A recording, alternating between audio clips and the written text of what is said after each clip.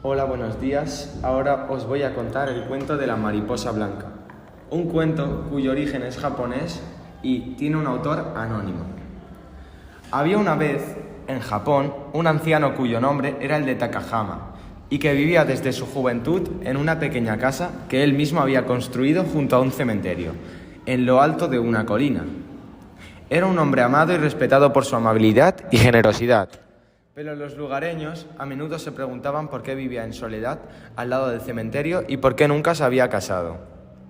Un día el anciano enfermó de gravedad. Estando cercana ya a su muerte, y su cuñada y su sobrino fueron a cuidarle en sus últimos momentos. Ellos le aseguraron que estarían junto a él todo el tiempo que necesitara, especialmente su sobrino, quien no se separaba del anciano. Un día en que la ventana de la habitación estaba abierta, se coló una pequeña mariposa blanca en el interior. El joven intentó espantarla en varias ocasiones, pero la mariposa siempre volvía al interior, y finalmente, cansado, la dejó revolotear al lado del anciano. Tras largo rato, la mariposa abandonó la habitación y el joven, curioso por su comportamiento y maravillado por su belleza, la siguió. El pequeño ser voló hasta el cementerio que existía al lado de la casa y se dirigió a una tumba, alrededor de la cual revolotearía hasta desaparecer.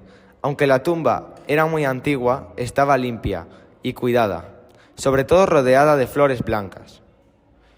Tras la desaparición de la mariposa, el joven sobrino volvió a casa con su tío para descubrir que éste se había muerto. El joven corrió a contarle a su madre lo sucedido, incluyendo el extraño comportamiento de la mariposa, ante lo que la mujer sonrió y le contó al joven el motivo por que el anciano Takahama había pasado su vida allí. En su juventud, Takahama conoció y se enamoró de una joven llamada Akiko, con la cual iba a casarse.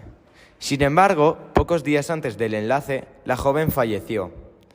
Ello sumió a Takahama en la tristeza, de la que conseguiría recuperarse. Pero sin embargo decidió que nunca se casaría, y fue entonces cuando construyó la casa al lado del cementerio, con el fin de poder visitar y cuidar todos los días la tumba de su amada.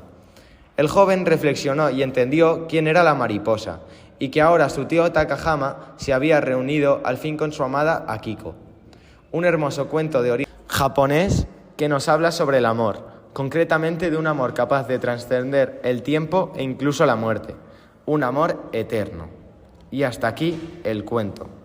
El siguiente cuento que os vamos a explicar será Los 6 sabios ciegos y el elefante. Empieza así. En una ocasión había 6 ancianos sabios que no gozaban del don de la vista, siendo ciegos y empleando el sentido del tacto para experimentar y conocer las diferentes realidades, seres y objetivos del mundo. Ninguno de estos sabios había visto jamás un elefante, y tras conocer que su rey disponía de uno, le solicitaron con humildad poder conocerlo.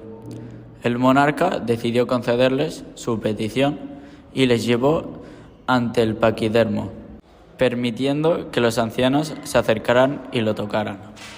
Los sabios se aproximaron al animal y, uno por uno, tocaron al elefante con el fin de saber cómo era dicho ser. El primero le tocó un colmillo y consideró que el elefante era liso y agudo cual lanza. El segundo sabio se aproximó y tocó la cola del elefante, sabiendo que en realidad era más bien como una rueda.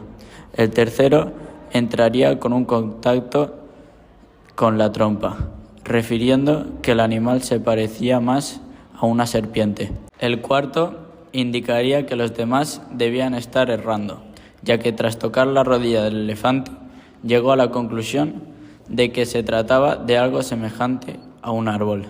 El quinto lo desmintió al tocar la oreja del ser, valorando que se parecía a un abanico. Por último, el sexto sabio llegó a la conclusión de que en realidad el elefante era como una fuerte pared rugosa, al haber tocado su lomo. Tras haber llegado a distintas conclusiones, los sabios empezaron a discutir respecto a quién poseía la verdad. Dado que todos defendían sus opiniones con ahínco, recurrieron a la ayuda de un séptimo sabio, el cual podía ver. Este les hizo ver que en realidad todos ellos tenían parte de la razón, dado que habían estado recibiendo una única parte del conjunto del animal. A la vez que aún sin equivocarse, ninguno de ellos había podido conocerlo en su totalidad. El tercer libro se llama El ciervo escondido y su autor es anónimo.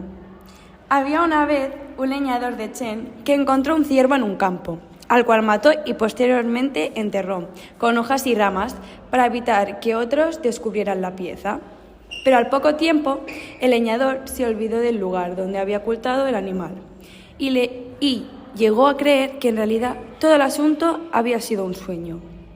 Poco después empezaría a contar su supuesto sueño, a lo que uno de los que lo escuchó reaccionó intentando buscar el ciervo. Tras encontrarlo, se lo llevó a su casa y le comentó a su mujer la situación, la cual le indicó que tal vez sería él quien había soñado la conversación con el leñador, pese a que al haber encontrado el animal el sueño sería real. A esto su esposo contestó que independientemente de si el sueño fuera suyo o del leñador, no había necesidad de saberlo. Pero esa misma noche el leñador cazó el animal y soñó, esta vez de verdad, con el lugar donde había escondido el cadáver y con la persona que lo había encontrado. Por la mañana fue a casa del descubridor del cuerpo del animal, tras lo que ambos hombres discutieron respecto a quién pertenecía la pieza. Esta discusión se intentaría zanjar con la ayuda de un juez, el cual repuso que por un lado el leñador había matado a un ciervo, en lo que creía un sueño y posteriormente consideró que su segundo sueño era una verdad, mientras que el otro encontró dicho ciervo, aunque su esposa consideraba que era él quien soñó haberlo encontrado en base a la historia del primero. La conclusión era que realmente había matado el animal y se dictó que el caso se resolviera mediante la repartición del animal entre los dos hombres. Posteriormente, esta historia llegaría al rey de Chen, quien terminaría por preguntarse si realmente no sería el juez quien había soñado haber repartido el ciervo. Y este es el final del cuento. El cuarto libro es El sabio y el escorpión. El autor es anónimo. Había una vez un sabio monje que pasaba junto a su discípulo en la orilla de un río. Durante su caminar, vio como un escorpión había caído al agua. Se estaba ahogando y tomó la decisión de salvarlo sacándolo del agua. Pero una vez en su mano el animal le picó. El dolor hizo que el monje soltara al escorpión, que volvió a caer al agua.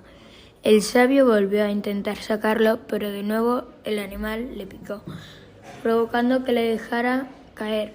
Ello ocurrió una tercera vez. El discípulo del monje, preocupado, le preguntó por qué continuaba haciéndolo si el animal siempre le picaba.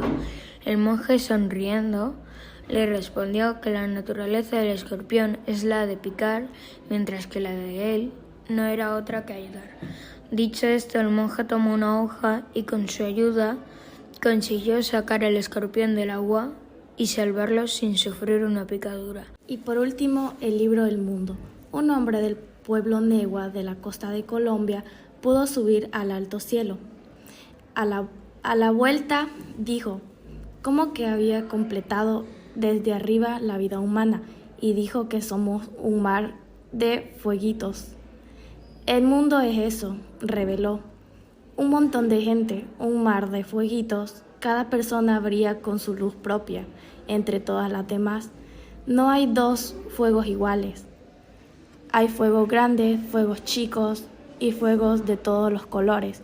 Hay gente que fue sereno, que ni se enteró del viento, y gente de fuego loco, que llenó el aire de chispas. Algunos fuegos fueron bobos, no alumbraban ni quemaban, pero otros ardían la vida, con tanta pasión que no se puede mirarlos sin parpadear, y que se acerque, se incendie.